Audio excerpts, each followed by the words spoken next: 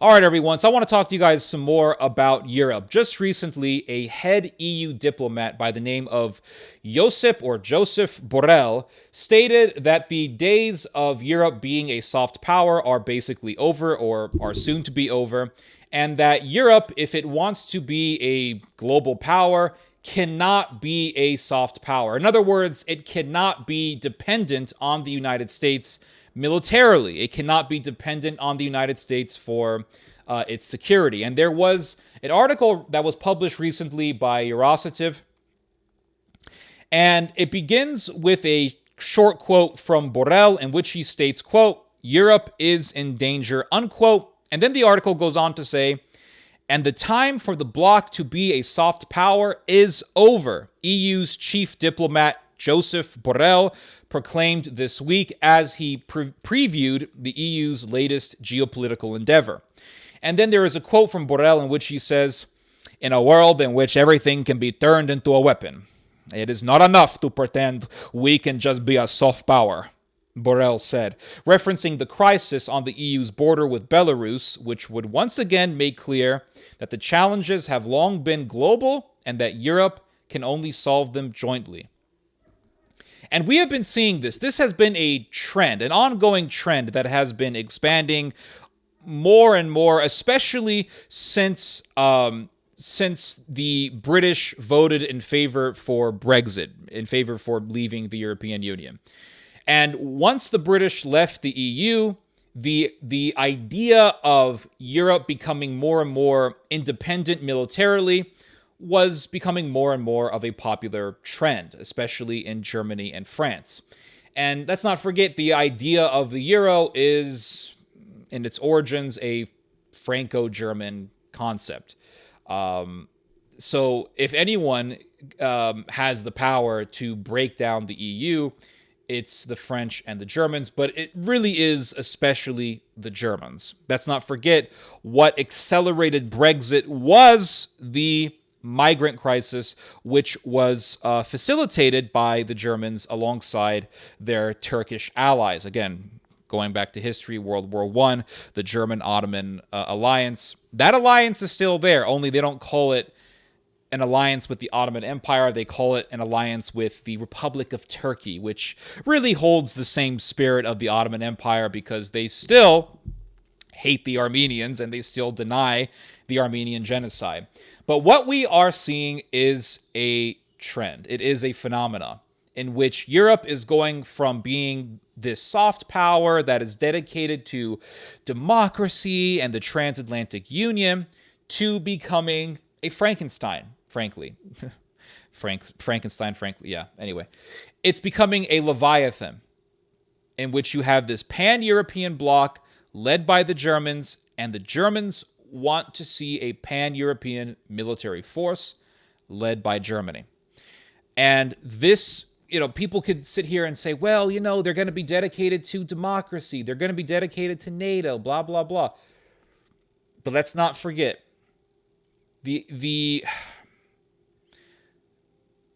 a pan-European military force led by Germany should worry us. It really should worry us because of Germany's quite recent history. I mean, let's not sit here and try to downplay the realities of the Second World War. That wasn't that long ago. My grandmother was alive when Hitler was running the Third Reich, and she is still alive. Like, it wasn't that long ago. And so Germany recently committed genocide, recently started a global conflict, a second global conflict. Let's not forget World War I. And Germany recently butchered millions of people. We're talking about something that happened roughly over 7 decades ago. This wasn't that long ago. And so now the Germans are saying, yeah, we can start a pan-European military force. Yeah, of course, we're going to lead it. Yeah. That should worry us. This would be like saying, oh, Turkey invading other countries? That shouldn't worry us. Oh, Turkey having a war with the Armenians? That shouldn't worry us, even though they butchered over 1 million Armenians roughly 100 years ago. That shouldn't worry us. No. Believe it or not, this is basically the mentality of today. And if you don't believe me, look at the fact that the United States, Israel, look at the fact that NATO as a whole, generally speaking, backed the Turks against the Armenians. The Germans backed the Turks against the Armenians in the recent conflict in Nagorno-Karabakh. It's crazy. Israel, this country that was created because they wanted to create a refuge for Jews after the Holocaust, supports a country where people love Adolf Hitler. Yes, Turkey loves Adolf Hitler. Yes, Mein Kampf was a bestseller there. Israel supports Azerbaijan, a country that is in cahoots with Turkey, a country that also denies the Armenian genocide. Israel backs a bunch of Holocaust deniers. So it's amazing. A lot of people just follow facades. They're like, well, why would anybody allow the Holocaust to happen? I mean, we have learned from history, right? No, we haven't. And people will look at Holocaust movies and they'll be like, oh, yeah, how could people just, why did people just allow that to happen? They'll watch Schindler's List and, I don't know, they'll bring the girlfriend or something. This was in the 1990s. And people would be screaming, how did people allow this to happen? If I were alive in those days, I would have tried to do something. And the reality is you would not have done a damn thing, because look at the mindsets that people have, generally speaking, today. They see what's happening. Look, Turkey once had an empire, conquering other countries, going into Syria, going into Iraq. I shouldn't say conquering. Well, they're definitely conquering territory, because you can go to areas of Syria and they are using Turkish currency. So, yeah, I think it's safe to say that Turkey is conquering territory. But people look at this and they're like, yeah, that shouldn't worry us. No. Turkey is a very, very strong NATO ally. And everyone in NATO, probably everyone in NATO, maybe with the, not maybe, everyone in NATO with the exception of Greece is in cahoots with Turkey and with Azerbaijan. And so that is the nature of people, and that really does reflect how people think. And this way of thinking is seen at the same time when it comes to Germany. People look at Germany, they say, oh, look, they want to become militarily independent. They want to lead a pan-European military force. Oh, no problem here. Nothing that should scare us, regardless of the fact that Germany started 2 world wars. And then you have all the Germanophiles who are like, what are you talking about? Oh, Austro-Hungarian Empire. Oh, my God, they were based. Oh, yeah. The Kaiser based. Oh, I'm not a Nazi, but I sure as hell really love the Nazi uniforms. And yes, there are a lot of people like this. And what's scary is that a lot of these types of people are Roman Catholic, which used to surprise me, but doesn't surprise me anymore, given the fact that I literally met a trad Catholic priest who was a part of the Society of Pius X, and it turned out that this guy collected, and I think he still collects, old SS uniforms, which is absolutely crazy. But I remember a couple of years ago going on a date with this girl, and her father was some kind of diplomat for the U.S. government, and I started telling her my thoughts about Germany and Germany rising up, et cetera, and the idea of Germany reviving itself. And she said, I never heard of that before. I mean, I just have difficulty believing that Germany is a country that is just dedicated to maintaining democracy all over the world. It's dedicated to the concept of global democracy and protecting NATO. And this is how a lot of people think. Of course, this girl turned out to be mentally ill, and yeah, it didn't go past the second date, which doesn't really surprise me. But anyway, that's beside the point. Europe is becoming a Frankenstein, and the idea of a pan-European military force should worry us. A pan-European military force led by Germany could definitely be used for evil. Because the Nazis also had an aspiration of establishing a Euro bloc led by Germany. I have been currently reading this book. It's called Poland's Holocaust by Tadeusz Piotrowski. And this Polish academic, he quotes a lot from Nazi German leadership. I learned that a lot of these Nazi leaders, they had this idea of a united Europe. They had this idea of a European bloc led by Germany.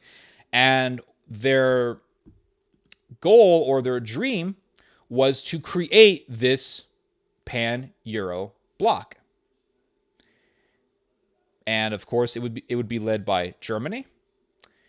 And Yanis Varoufakis also talks about this German Nazi idea that was popular amongst Nazi leadership. And in his book, the title of his book is a little awkward, but it's not awkward, but it's just unusual for a book title. But the title of the book is "And the Weak Suffer What They Must," or something like that. But Yanis Varoufakis, in this book, he quotes a whole bunch of Nazi leaders. And in every single one of these quotes, it talks about the idea of establishing a European bloc, a pan-European bloc. And you have all these quotes from different Nazi leaders talking about establishing this bloc. And they came up with this idea of establishing this bloc and having a unifying currency that all Europeans would use. And this bloc would be ran by Germany. And this was a major and popular idea amongst Nazi leaders. And Yanis Varoufakis presents all of these quotes in order to demonstrate that a European bloc is not necessarily good. It can be good if we maintain the status quo, but it can definitely shift towards evil. It can definitely become and transform into a Leviathan, a Frankenstein. And I think that is what we are seeing. It's gradually taking place, and we are currently witnessing its inchoate stage, its infant stage. Of course, Europeans will still pay lip service to NATO, and they'll pay lip service to the United States, but you have to read between the lines, because Europeans are not Middle Eastern people. Middle Eastern people will bluntly say what they believe in, usually. Middle Eastern people, if they want to do a revolution, they do a revolution. If they want to burn American flags, they'll burn American flags. Europeans, they are more deceptive. They can be very cunning, more cunning than a lot of Middle Eastern folks. And I'm saying this as a member of the Semitic family. Europeans, they will pay lip service to the status quo while pushing their poison. And they will continue to do this until they get what they want, and then they'll take it to the next stage, and they'll intensify their own rhetoric and their own actions. And so the Europeans are saying, yes, we definitely support NATO, we support the Americans, blah, blah, blah, blah, blah. But they will say things like, well, we can't outsource our security anymore. And this is something that has been said by the chairman of the prestigious Munich Security Conference, which happens every single year. Basically, a whole bunch of Western officials get together, and you'll have military leaders and politicians, mainly from the West, but you'll get people from Israel or people from, I believe, Pakistan. But usually it's a Western assembly. And the chairman of the Munich Security Conference, his name is Wolfgang Eisinger. And for a number of years now, he has been really, really stressing the idea of a pan-European military force that is independent. And he's been stressing the idea of European independence from the American security umbrella. And he will point to Russia. He'll say, look, what happens if there is another war with the Russians? We need to have this pan-European military force. And people like Eisinger or people like Borrell, they will point to what is currently happening between the EU and Belarus. The EU has been imposing sanctions on Belarus because supposedly it's this evil totalitarian state, although when Western governments call other governments totalitarian, I usually will bring that into question because they were doing the same thing with Bashar al-Assad, and that's really been proven to be a load of garbage. But anyway, they're saying that the Belarusian government under Alexander Lukashenko is undemocratic, totalitarian, despotic, tyrannical, whatever, pick your word. And so they have been imposing sanctions on Belarus. Belarus has supposedly been engaging in a form of propaganda warfare by sending in migrants to the Polish border with the hopes that Poland does something not very good for PR, not very good for optics. They're hoping that Poland will maybe attack migrants or attack Belarusian border guards with the hopes that they will make Poland look bad, make Europe look bad, and maybe get Russia to intervene in the situation. They're hoping to escalate the scenario. The Europeans, especially the Germans, they have been pointing to this situation as a way to say or to justify rhetoric, stating things like, look what's happening with Belarus. Look, the Russians are coming. Look, the Russians are going to start a war with us. We have to establish a military force that's not dependent on America. And you can say, well, yeah, that really makes sense. But remember, this is Germany we're dealing with. This is like saying Turkey invading other countries is not a big deal. Well, it is a big deal because look at Turkey's history. You have to look at a country's history. It's just like you would dealing with an individual.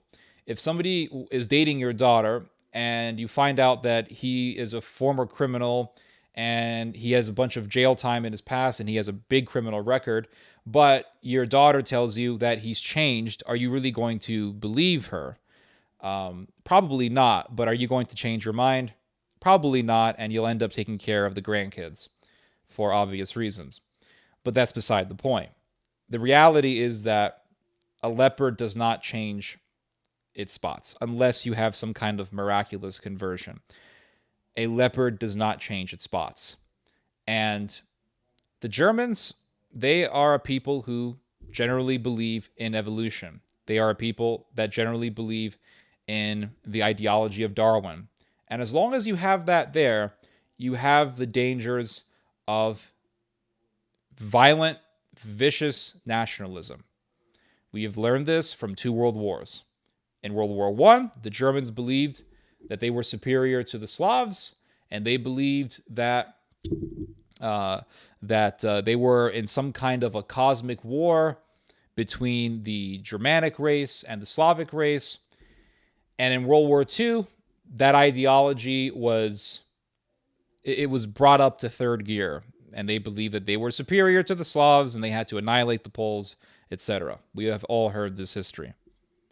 So it shouldn't really be that confusing as to why I would be concerned about a revived German power. It really isn't that complicated. And what's interesting is that the Americans are just allowing this to happen because the Americans are tired of being the world's police state.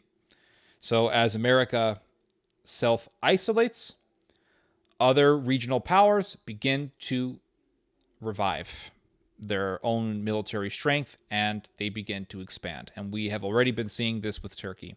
Turkey expanding into Syria, in Lebanon, expanding to Iraq, now expanding into the South Caucasus.